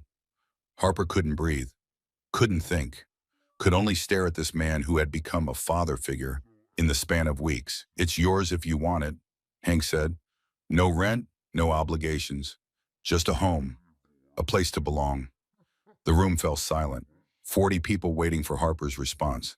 She thought about her apartment in town, the place she'd lived for 5 years, the place where she'd hidden from a world that didn't want her, the place where she'd been so lonely that she'd gone to a diner every Tuesday just to hear other people talking. She thought about this clubhouse, the noise and case and warmth of it, the people who treated her like family, the 15-year-old girl who had become her best friend, the couple who had become substitute parents. She thought about belonging, really belonging. Since her parents died, she'd never felt like she truly belonged anywhere. Yes, Harper whispered, then louder. Yes, I want it. I want to stay. The room erupted, cheers and applause and people rushing forward to congratulate her. Rosie threw her arms around Harper so hard the wheelchair nearly tipped over. Jolene was crying openly now. Even Hank had something suspiciously like moisture in his eyes. Welcome home, he said. Welcome home. The move took 2 days. Harper didn't have much. 5 years of hiding from life didn't accumulate many possessions. A few boxes of clothes, her books, her laptop, the worn copy of Persuasion that had been her only companion for so long. Rosie helped unpack, organize Harper's bookshelves with meticulous precision, alphabetized by author, then by publication date within each author's section. This is perfect, Rosie declared, stepping back to admire her work. Now we can have book club whenever we want. The apartment was small but beautiful. Light poured through windows that overlooked the compound's back garden. The bathroom had grab bars and a roll-in shower. The kitchen counters were lowered to wheelchair height. Someone had put thought into this, years of thought, planning for a future that had seemed uncertain until now. Harper sat in her new living room, looked around at the space that was hers, really hers, not a temporary refuge. Not a hiding place, a home. Jolene appeared in the doorway with a casserole dish. Housewarming tradition. She set it on the counter. This is my mother's recipe. You heat it for 40 minutes at 350. Trust me, it's the best thing you'll ever taste. Harper felt tears threatening. She cried more in the past 3 months than in the previous 5 years combined. But these were tears she'd earned. Tears of a life reclaimed. Thank you for everything. For the apartment, for accepting me, for making me feel like I belong. You do belong. Jolene sat down across from her. You always belonged. You just hadn't found your people yet. How did you know, Harper asked. That first day at the diner. How did you know you wanted to help me? Jolene was quiet for a moment, thoughtful. Because I saw myself in you, she finally said. Not the disability, the loneliness, the isolation, that look in your eyes like you'd given up on ever being seen. She reached across the table, took Harper's hand. I was like that once, before Hank, before the club. I was alone and scared and convinced that nobody would ever love me. Then I found my family, my people, and everything changed. Harper nodded, understanding perfectly. That's what I want for you, Jolene continued. That's what we all want for you, not to save you, not to fix you, just to walk beside you while you save yourself. The words settled into Harper's heart, found a home there. That night, Harper sat at her new desk, opened her laptop. The final revisions to her memoir were due next week. The publisher was excited, talking about a spring release, a book tour, media appearances. Her story was about to reach the world. She opened the document, read through the final chapter one more time, chapter 16, Finding Home. I used to think home was a place, four walls and a roof, somewhere to sleep, somewhere to hide. I was wrong. Home is people. Home is the family you choose and the family that chooses you back. Home is showing up for each other, standing up for each other, refusing to look away when the world turns cruel. I found my home in the back booth of a diner, in the roar of motorcycle engines, in the laughter of a 15-year-old girl who taught me that joy was possible, even when the world tried to beat it out of you. I found my home in the arms of people who barely knew me but loved me anyway. People who saw past the wheelchair to the person sitting in it. People who reminded me day after day that I was worthy of protection, worthy of respect, worthy of love. I'm not grateful that soup got dumped on my head. I'm not grateful for the trauma or the fear or the humiliation, but I'm grateful for what came after, for the family I found, for the voice I discovered, for the person I became when I stopped hiding and started living. Harper added the final paragraph, the words that would close her story and open the next chapter of her life. My name is Harper Sinclair. I'm disabled. I'm a writer. I'm an advocate. I'm a friend, a sister, a daughter. Not by blood, but by choice. And I'm no longer invisible. She saved the document, sent it to her editor, closed her laptop. Outside, the Montana night was clear and cold. Stars scattered across the sky like diamonds on black velvet. The clubhouse hummed with activity, music drifting from the main building, laughter echoing across the compound, the sounds of family. Harper's phone buzzed. Text from Rosie. Book club in 10 minutes. I'm bringing cookies. Also, I have a new theory about why Edmund Bertram is actually the worst Austen hero, and you need to hear it immediately. Harper smiled. Type back. Coming. And Edmund isn't that bad. He's just boring. 3 dots appeared. Then boring is the worst thing you can be. At least Willoughby was interesting when he was being terrible. Harper laughed out loud. The sound filled her small apartment, bounced off walls that were starting to feel like home. She wheeled toward the door, toward the noise, toward the family that was waiting for her. Thursday night had become sacred. Every week, the clubhouse filled with people, members and their families, friends and neighbors, anyone who needed a meal and some company. Hank manned the grill. Jolene coordinated the potluck dishes. Rosie held court in the corner debating literature with anyone brave enough to challenge her. Harper had become a fixture at these gatherings, no longer the newcomer, no longer the woman everyone was protecting. Just Harper, part of the furniture, part of the family. This particular Thursday was 3 weeks after the conference. 3 weeks after her life had changed direction for the final time. 3 weeks of settling into her new apartment, revising her manuscript, planning for a future she'd never thought she'd have. The publisher had called that morning. Final approval on the book. Spring release confirmed. They wanted her to do a launch event at the Millbrook Library, a homecoming of sorts. The disabled woman who'd been humiliated in public was now returning as a published author. Harper hadn't told anyone yet. Wanted to savor the secret for a little while longer. She sat in her usual spot near the window, plate of ribs on her lap, glass of iced tea sweating in the warmth, watching her family laugh and argue, and love each other in all their messy, beautiful ways. Ox was teaching one of the younger kids how to throw a football. The boy couldn't have been more than 8, but Ox treated him like a star quarterback in the making. Willa was deep in conversation with a woman Harper didn't recognize. Something about the women's shelter, about a new program they were starting, about making safe spaces for people who'd never felt safe. Stone sat in the corner reading a motorcycle magazine, ignoring the chaos around him. But Harper caught him smiling when one of the kids ran past, shrieking with joy. Flint had set up his laptop on one of the tables, teaching a group of teenagers about coding, about technology, about building things that could change the world. And Rosie, always Rosie, currently explaining to anyone who would listen why Mary Shelley was the true founder of science fiction and how dare anyone give that credit to a man. These were her people, her family, the strange, wonderful leather-clad angels who had lifted her out of the darkness and showed her what life could be. Hank sat down beside her, handed her a fresh plate of cornbread. "You look happy," he observed. "I am happy," Harper said, "and it still surprises me every single day." "Good, you deserve it." They sat in comfortable silence for a moment, watching the chaos, feeling the warmth. "I got some news today," Harper finally said. Hank raised an eyebrow. "The book is done. Publisher approved it. Spring release. They want me to do a launch event here in Millbrook." Hank's face cracked into a rare full smile. "That's wonderful. Congratulations." "Thank you," Harper paused, "for everything. Not just today. Everything. You saved my life. You and Jolene and everyone here. I was dying before you found me.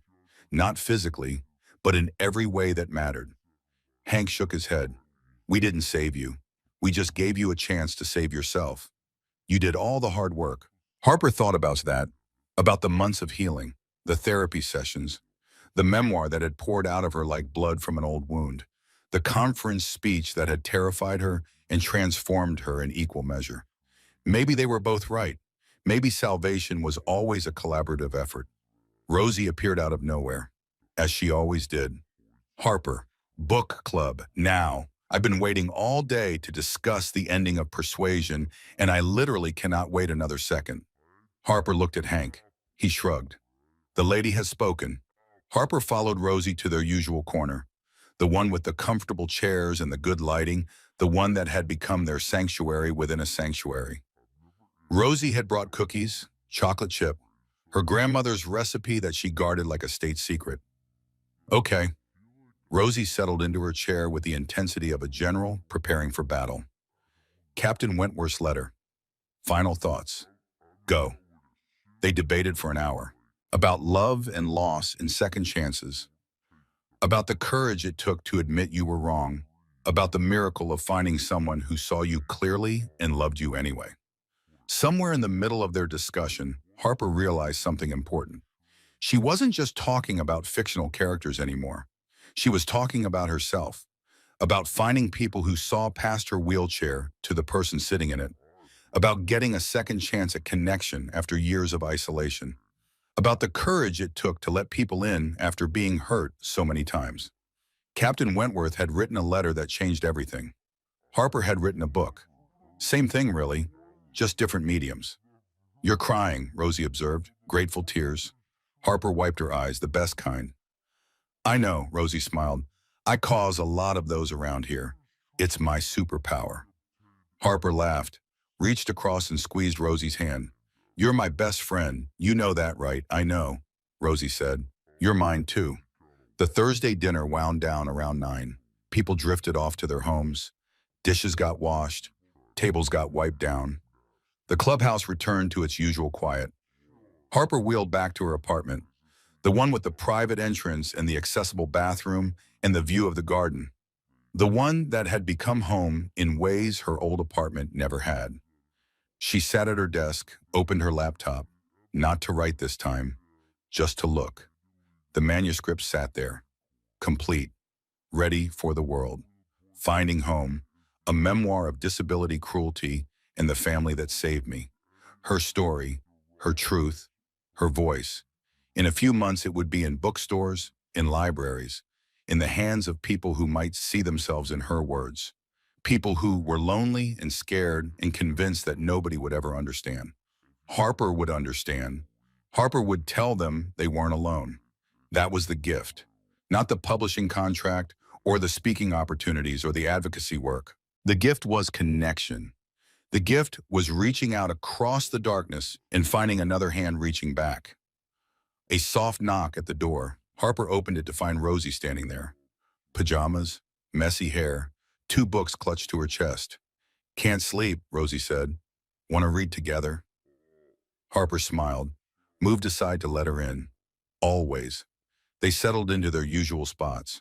Rosie in the armchair, Harper on the couch, both reading their own books, both sharing the space. This was family, not the big dramatic moments.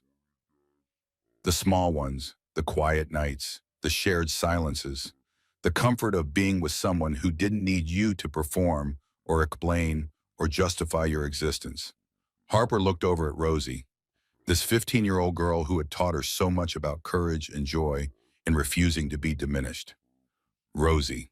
The girl looked up from her book. "Thank you for being my friend."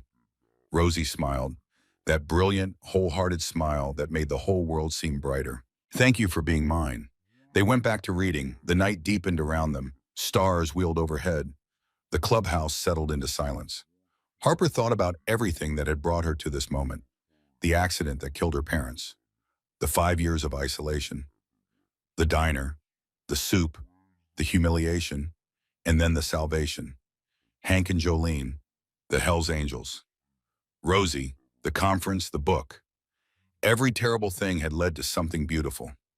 Every wound had become a window. Every ending had become a beginning. Harper closed her book, looked around at her apartment, her home, her life. She was Harper Sinclair, disabled, writer, advocate, friend, sister, daughter, not by blood, by choice. And she was exactly where she belonged. The soup had burned, but what came after had healed her in ways she never thought possible. Harper smiled, settled deeper into the couch, let the peace of the moment wash over her.